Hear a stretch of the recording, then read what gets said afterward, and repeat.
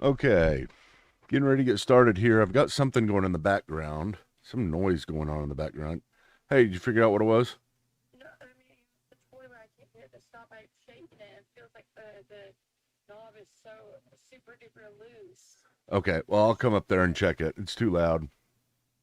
I'm sorry. No, it's not your fault.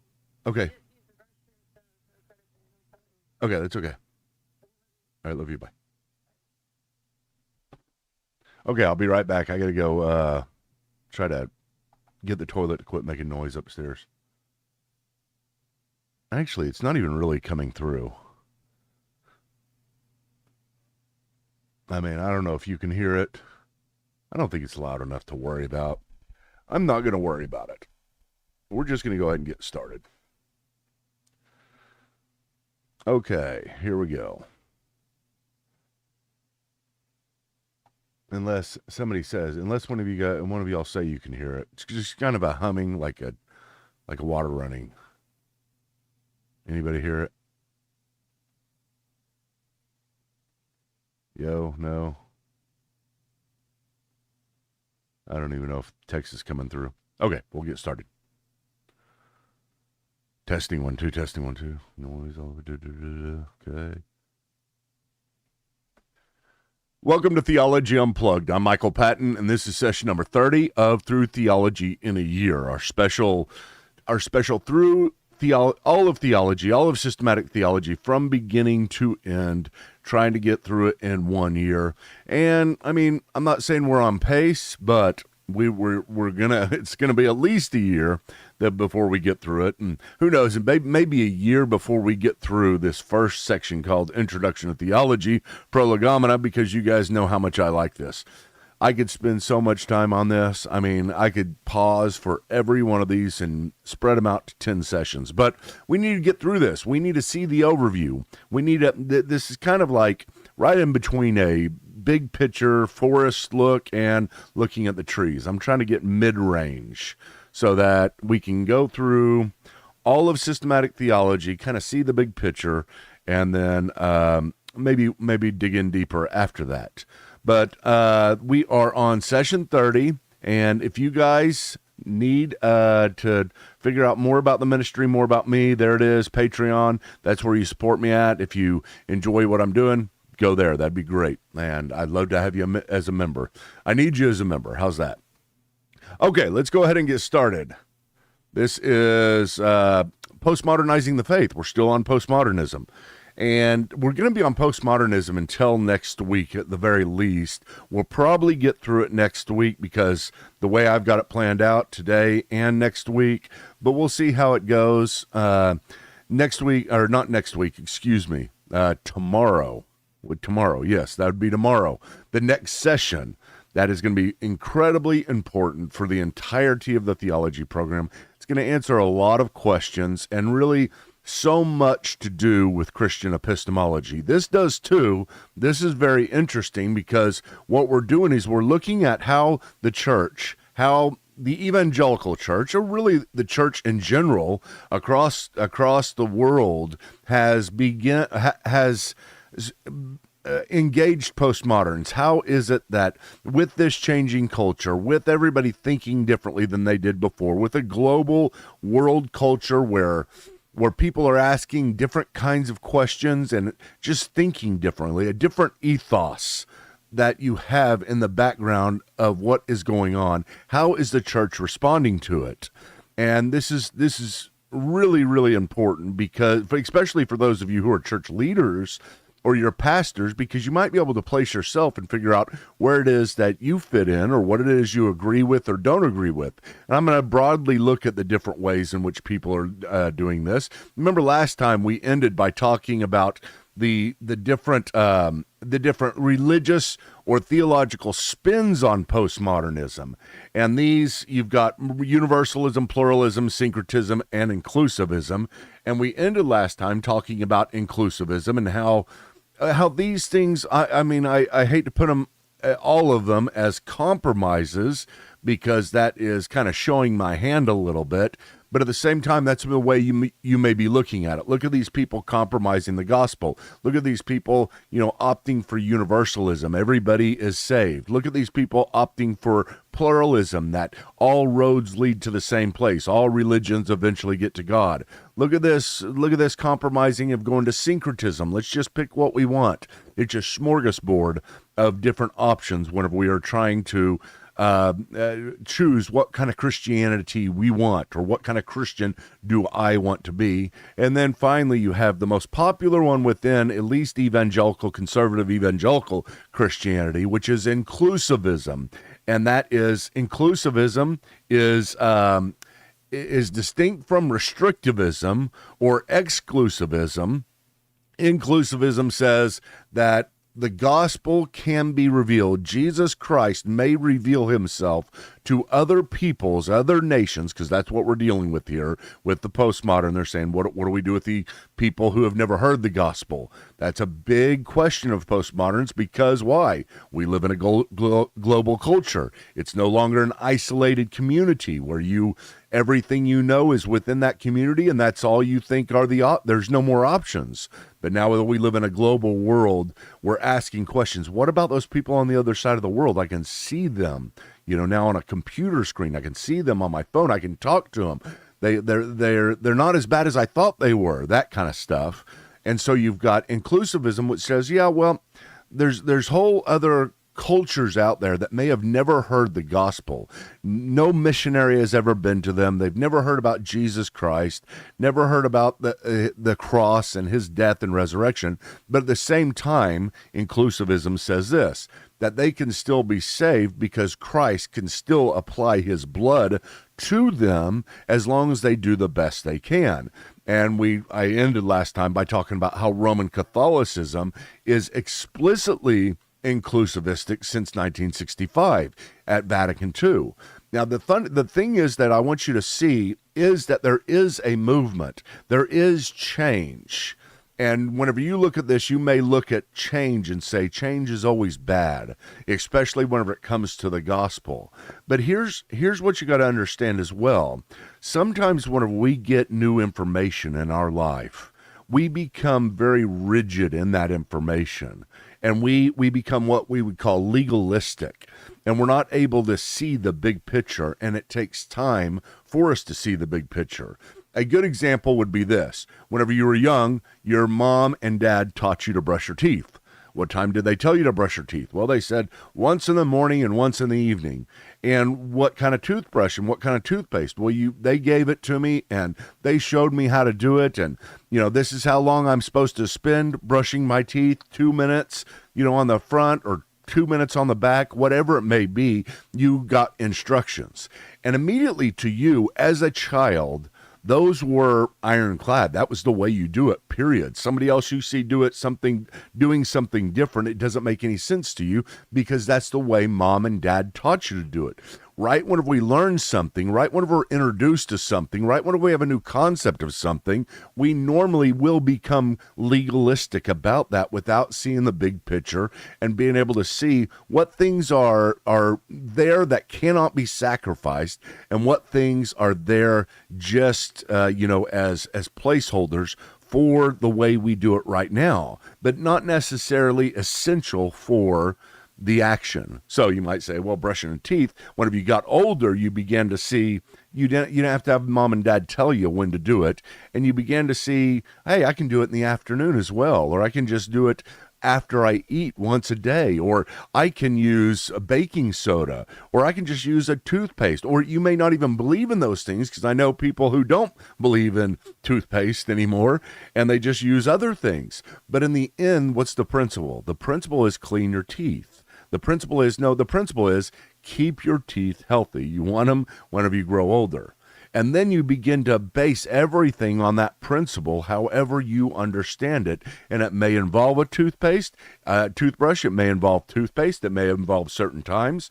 But it's different because you begin to loosen your grip on things as you move forward. This is what happens with every movement. You go through the history of the church, and you will see the church developing in its understanding of things. And after it develops, after there's something new introduced, normally you'll have a very rigid form of that introduction, like at the Reformation in the 16th century, whenever you had the introduction of Reformed theology and Calvinism. There was a very rigid view of that, and it's basically all our way or the highway on everything. And then as time goes on, it kind of loosens its grip. It changes a little bit. It morphs. It's not because you are compromising, it's because you are seeing the bigger picture. I see this a lot with something called dispensationalism. We'll get into that way down the road. But in dispensationalism, you have a theory that was introduced in the 20th century, and that theory had a belief about the end times and a belief about certain dispensations, different time period, epochs of time in history and how God worked in them. And at first it was very rigid. Here's how many, there's 7 of them, and here's the chart, here's how it works. But then dispensationalists begin to loosen their grip and begin to be able to see the bigger picture and how it might relate and how they might be wrong on this area. That's how every movement happens. That every movement, they write their creed, and then afterwards they begin to evaluate their creed. And sometimes they get stronger in certain areas, and sometimes they begin to loosen their grip in other areas, just like brushing your teeth. The whole reason I introduce this, the main reason I do this today, is because as we move through and start talking about how to respond to postmodernism, I don't want you to automatically think, oh, compromise bad, stay in the way I am right now good. That's same thing as brushing your teeth. You don't compromise on how many times, how many minutes, how many seconds you brush your lower teeth. Why? Because that's just the right way it is. That's the way it was introduced, and if that's the way it was introduced, then that's the way it should stay. That's how we are. That's how human nature is. That's the way we think. So keep that in mind as we go through. I'm not saying compromise is good. I'm not coming at you and saying, hey, whenever we look at these different options on how the church engages with a new world, that anything is good or bad. I'm just saying, evaluate it based upon an understanding that just because it is a change doesn't necessarily mean it's wrong. There is development. We'll have to get into this later on. This is a little bit later, not too much later, but we'll talk about different theories of doctrinal development. Can doctrine develop and become, can we become more sure about it, or do we have to go to the earliest version of it in order to hold to true doctrine? It's a big debate in the church. It really is. It's very significant, and it will shape you in every direction. But as we move forward, we're just looking at how the church, how different people within the church, evangelicalism or otherwise, are dealing with postmoderns and still trying to stay relevant to a postmodern world. So we go and we talk about how to lead a horse to water. This comes from a book called Postmodernizing the Faith by Millard Erickson. Postmodernizing the Faith. Now, I'm giving him credit for the illustration because this illustration is what I'm going to use the rest of the time. But at the same time, please understand, his way of using this illustration is a little bit different than mine. So I've taken it and I've adapted it for my own. I've taught through this many times, using this particular illustration many times. I think it's incredibly helpful. I think Postmodernizing the Faith, it was out of print for a while. I don't know if it is anymore, but Postmodernizing the Faith, that is the best book. And I've got a lot of books on postmodernism, a whole lot. I mean, just a whole huge bookshelf full of them. And Postmodernizing the Faith is just a little booklet, and it's the best book I've ever read on this subject because it basically says, here's the way in which we are engaging postmoderns, and it makes you think about it a lot differently and understanding it a lot differently. That's why we're going through this today. So how do you lead a postmodern horse to water? That's the question. So the horse is postmodern, you are the leader, and the water itself is what? It's the message. It's the message. You might say it's the gospel, but let's just say it's the message of Christianity. What we want people to know about Christianity, how do we get them there? Okay? So you've got the horse, you've got the rope, you've got the person who is leading, and you've got the water itself. So let's start with option number one. Option number one is to change the horse. So in this, what you have is you have the horse. We've got a problem with the horse. The horse is postmodern. So if the horse is postmodern, remember last time how we talked about, listen, we became really, really good as a church at dealing with the old way of doing things. We had apologetics for everything, very rational apologetics. And since we're so good at it, since we got so many books about rational apologetics and how to rationally defend the faith, whether it's against atheism or how we integrate evolution or deny evolution, whatever it may be, we have our answers.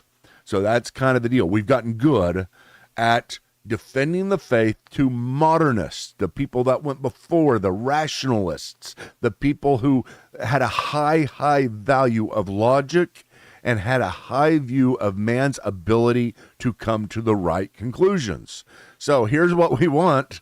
Instead of taking the horse as it is, we say, let's get the horse back to being postmodern. Because if the horse is back to being modern. Because if the horse is modern, then we've got all our apologetics, all our defense of the faith, all the way we present it already taken care of. And so, you kind of under the assumption that being modern is better than being postmodern. It's more correct. And so we make that assumption as well. So what do? What are we going to do here? Well, if we're changing the horse, we want to do this. We want to convince the horse that they're not really postmodern. That's the first thing. Convince the horse that they're not really postmodern. So you look at somebody and somebody says they're postmodern. Somebody says they have a relative view of truth, whatever it may be. Then you begin to say, you know what? You're not really postmodern. At least you're not consistently postmodern. Let me show you how. That's the method. Okay. So you don't want them to think they're postmodern anymore. So what do? You ask them questions that create dilemmas for their postmodern epistemology. So this is the Socratic method. You're asking them, you say, okay, so you say you're postmodern, huh? Well, what do you do in this situation? Whenever you come to a stop sign, do you stop? Well, you say, of course I stop. Why, are you crazy? And they say, why do you stop if you're postmodern? You see how the methodology. Well, because I don't want to get hit. But isn't there no truth out there? Remember, that's kind of this idea that there's no such thing as truth. So you're trying to convince them that there is such a thing as truth. And they say, well, that's in other areas, and there is truth. And whenever I run a stop sign, I am more than likely to get hit. That's truth. Than if I don't, if I follow the rules of the road. So you say, see, you're not really postmodern. You show them how they can't consistently live as postmoderns. That's the thing. You're trying to show people, hey, listen, I know you think you're postmodern. I know you think truth is relative. I know you think it sounds cool, that kind of stuff. I know you learn this in college and you can interpret things however you want, and everybody can be their own person and have their own mind, and it doesn't have to have any type of intellectual contract with other minds. You can be on your own. But at the same time, what about this? What if I were to come up to you and steal your car, and you said, hey, wait a minute, I need that car. You say, well, I need it too. And they say, but it's mine. And the person says, so what? Who cares? It's not right or wrong, is it? And therefore, it is not really anybody's. It just happens to be closer to you, and you happen to have the keys, and I need a method to get somewhere. So it's my truth at this moment is that I need this car more than you. Even if your truth is that it's my car, it doesn't matter, because your truth is your truth. My truth is my truth. Morality is not objective. And if I really need it, if I determine that in my mind, then I'm going to take it. You should be fine. That's kind of the methodology here. You've probably seen this before. You've probably heard people using this methodology in order to kind of change the horse back to being at least a little bit more modern, just not postmodern. To lead them through the history. This is another way you can lead them through a history of thought to show them how postmodern epistemology arose. So it's basically saying, hey, let me show you, kind of like we went through the stage of truth, and you explain to them why it is they reject truth, or culture rejects truth. I think this is more massaging. This is probably at least less radical way of approaching somebody that is postmodern, and just saying, let's go through the history of it if you got time. If I could go through it and help you to understand why culture is the way they are today, so that you will be able to better evaluate whether you really want to be there, or whether you want to be in this kind of responsive culture, this culture of despair. Do you really want to be in this with a idea of despair, where there's no real truth we can grab a hold of, and there's no real hope for us, and there's no real way to be certain to any degree to where you would tell other people of this truth? It's kind of it's a disparaging thing. It's an age of despair. You've gotten yourself to an individualistic age where you can't really have the relationships you think you can, because you can't really assume you're relating to other people. Here's how we got here. Do you really want to be here? And that's a way, as long as people understand the history of it, maybe they will rethink it. Okay, another option is to change the rope. Instead of thinking the horse needs to be changed back to being modern so that we can evangelize them, let's change the rope. And what does that mean? Well, that is changing the methodology, how we lead them to water. So beforehand, we used very rigid, modernistic means to get them to the water. Now we're going to allow them to stay postmodern, but we're going to lead them to the water and let the water do the work. The problem is we don't know how to lead you. So let's come up with a methodology on how to get you to the gospel, how to get you to the message of Christianity. What uniqueness does that bring? Well, let's say a seeker-sensitive approach. You may have heard of that before, seeker-sensitive approach to church.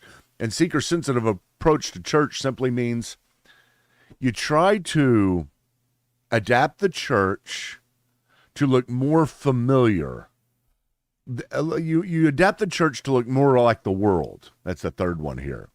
Adapt the church to look more like the world. So the church looks drastically different, and so we're scaring people away from the church, therefore scaring people away from the message. Let's do everything we can to make it to where it's a seamless movement from the culture to where we are at church. So seamless. Well, what do? Well, let's start having movies at church. We've got something going on right here in Oklahoma. You may be very, very familiar with it, but it's called Life Church. Life Church is a very seeker-sensitive approach. They have changed the rope. That's the way they opt for it.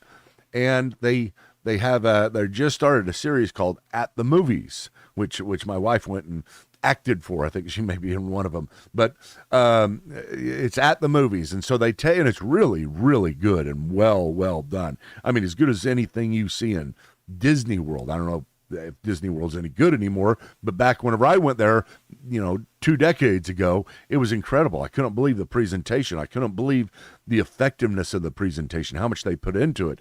And now let's create a church to where we do things excellent, just like that. We do things better than anybody else. We present the gospel better than anybody else, more creatively, whatever it may be.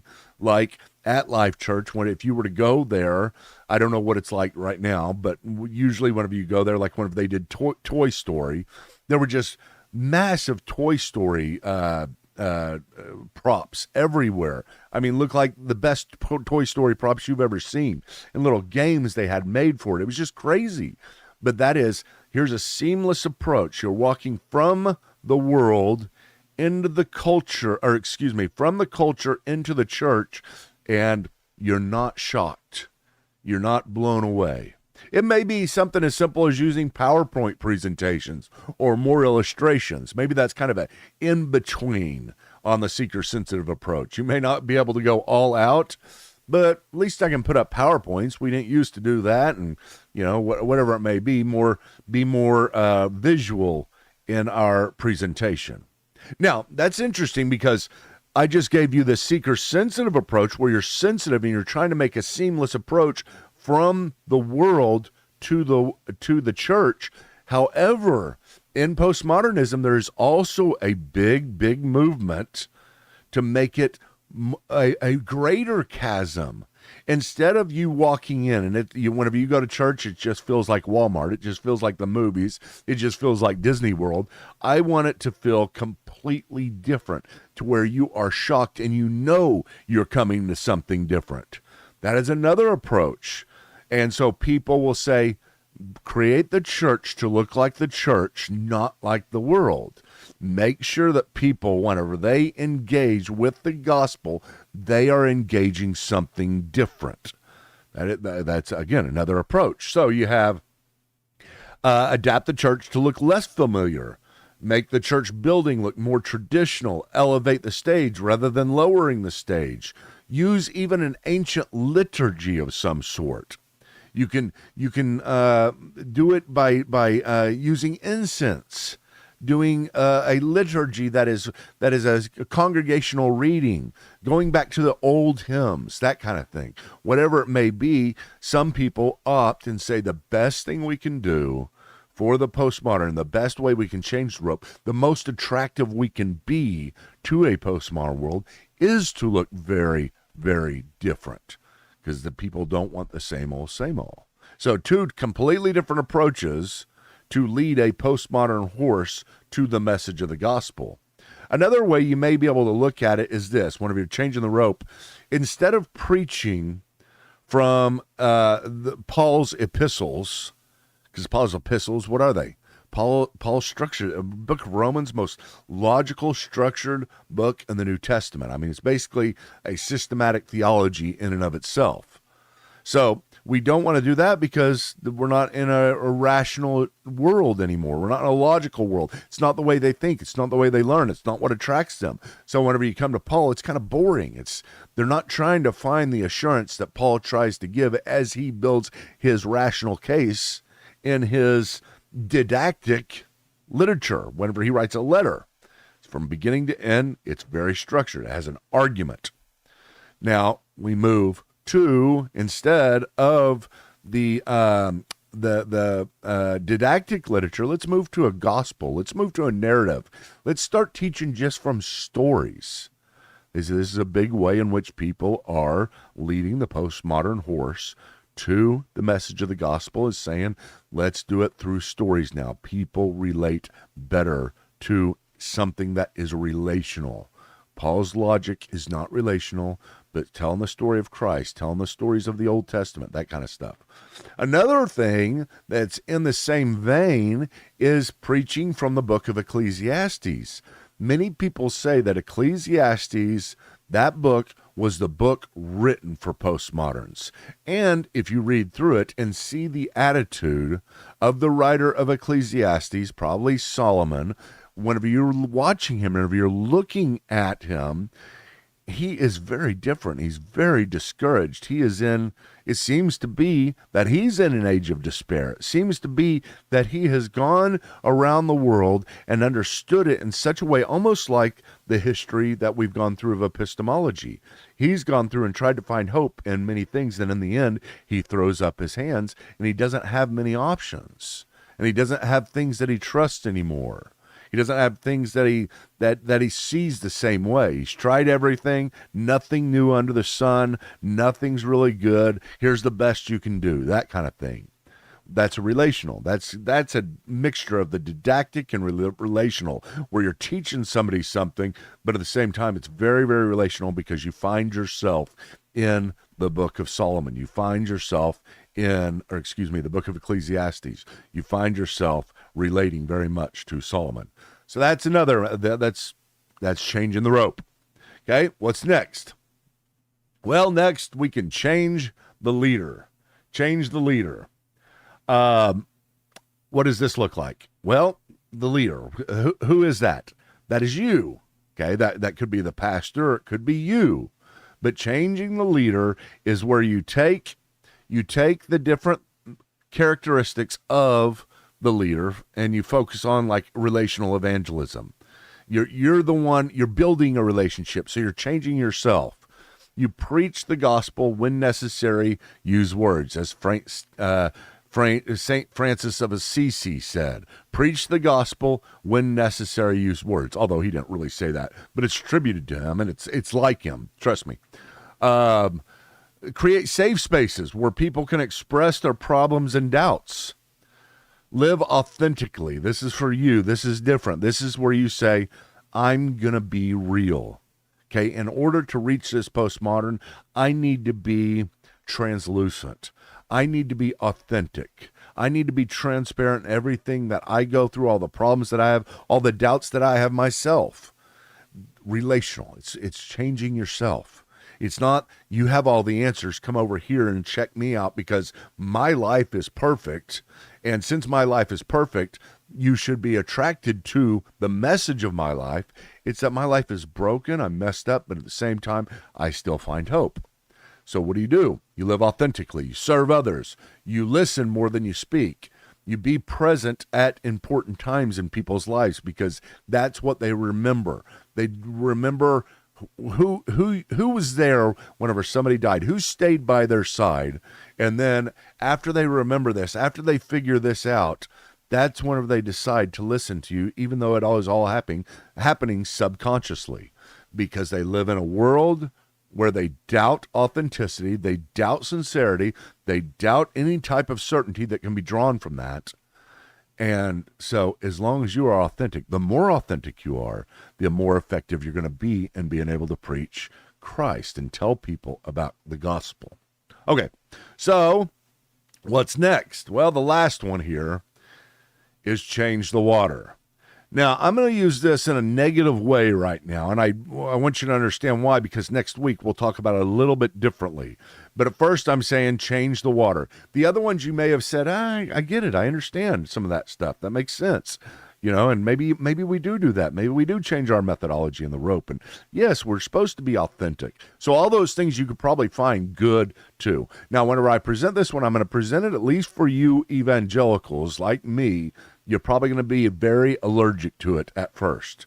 Okay. And I don't mind that at all. You need to evaluate it. But at the same time, I'm going to say next week a different type of water change as well. So the first thing here is you change water, and people are doing this. You will notice that a lot of people are doing this.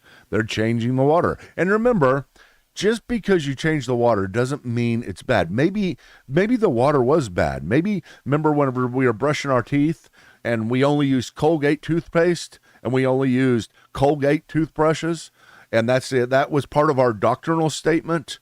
Well, later on, we was like, oh, yeah, I guess you can use Crest. I guess you can use whatever, So that's a change too. That's what I'm talking about as well. So I'm not necessarily saying change from something that we know is correct, but it's changed from something. It's reevaluating the traditions that we've been handed and saying maybe we got it wrong. Okay, so think of it positively like that. Even though the examples I'm going to give, you're probably going to be allergic to.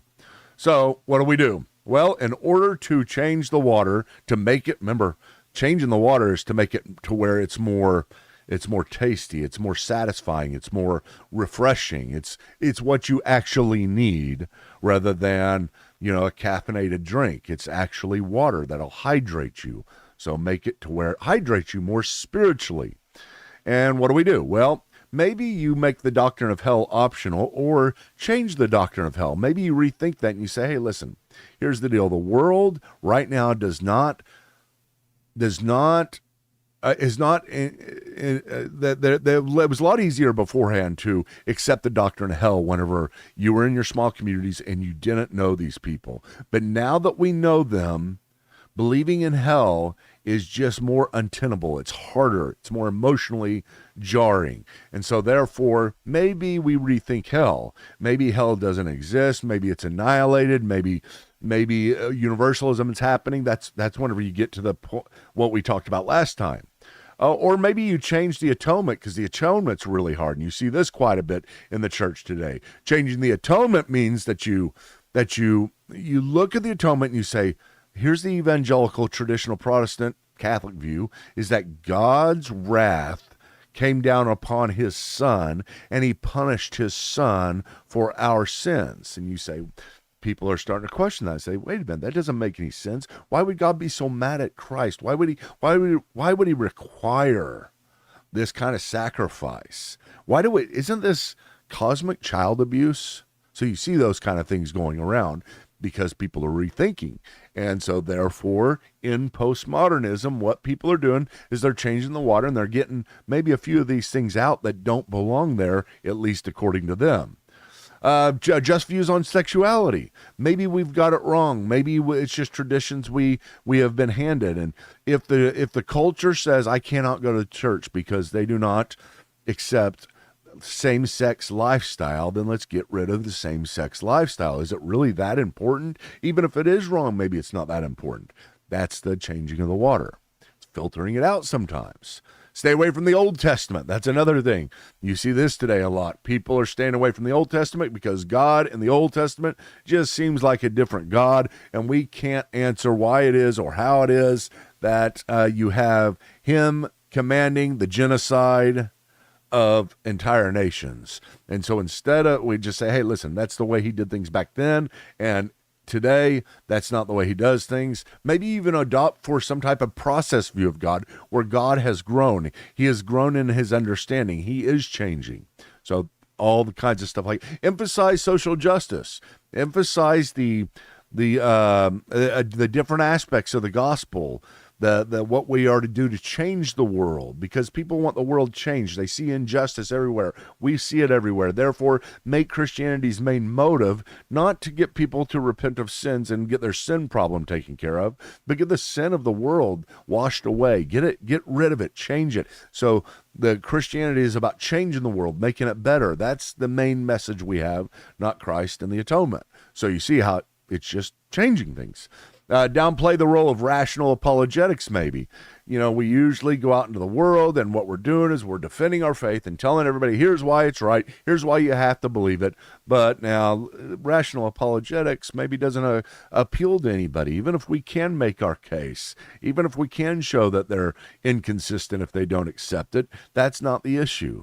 The issue is they don't believe in your view of rationality anymore because they don't trust you. They don't trust anybody. So therefore, let's get rid of that water that has all this logical, rational apologetics in it. So those are the four options. And I know that there's so much to think about and discuss with these four options. And we're going to translate into next week or next time, tomorrow, whenever we talk about the Christian view of truth. And I want you to see it in light of what we have talked about here, because there's going to be a delicate approach that we take. And it's not just to have a delicate approach. I think you'll see this historically. I'm going to go through some history of the church and how the church has been either one side or another. You know, either very relational or very logical, or very, very heartfelt or very mind-felt, and how those two come together and really represent what Christianity is supposed to be, and how we are, whatever we do to engage a postmodern world, what we cannot sacrifice and what we can sacrifice. What things can we question again? Well, I mean, we need to question things. I mean, even the most fundamental doctrines that we have, the reformers, whenever they reformed the church in the 16th century, they said, not only has the church reformed, but it is always reforming. Reformanda semper reformanda. Reformed and always reforming. And they said, keep on reforming, always. And so you and I personally have to always be thinking through these things again, and not assuming that we got the right amount of strokes that we're supposed to use to brush our teeth, or using the right toothpaste. We're always getting better and better based upon the principle. And so that is what I want us to move into next week thinking about. Tomorrow thinking about. So I hope you enjoyed this session. I hope it was informative. I know I went a little bit over here. There's a lot of things to talk about there, but it's interesting, isn't it? Remember Postmodernizing the Faith by Millard Erickson. If you're looking for a book, I should have put it in the description there, but I'm not even sure if it's being published anymore, but I'm sure you can find it used somewhere. Postmodernizing the Faith. I promise if you want to get more into this, what we talked about here specifically and the different options, and it's not a big book, it's quick, easy read, do that. Also, please think about becoming a patron. Again, that is the way I support myself. If you believe in what I'm doing, you like it, you want me to keep on doing it, you want to see this all the time, then go over to Patreon and become a member. If you can't become a member, just follow. You'll see what's going on with me and with the ministry as we keep on growing. We got all kinds of big plans in the future. So thank you all for joining us today.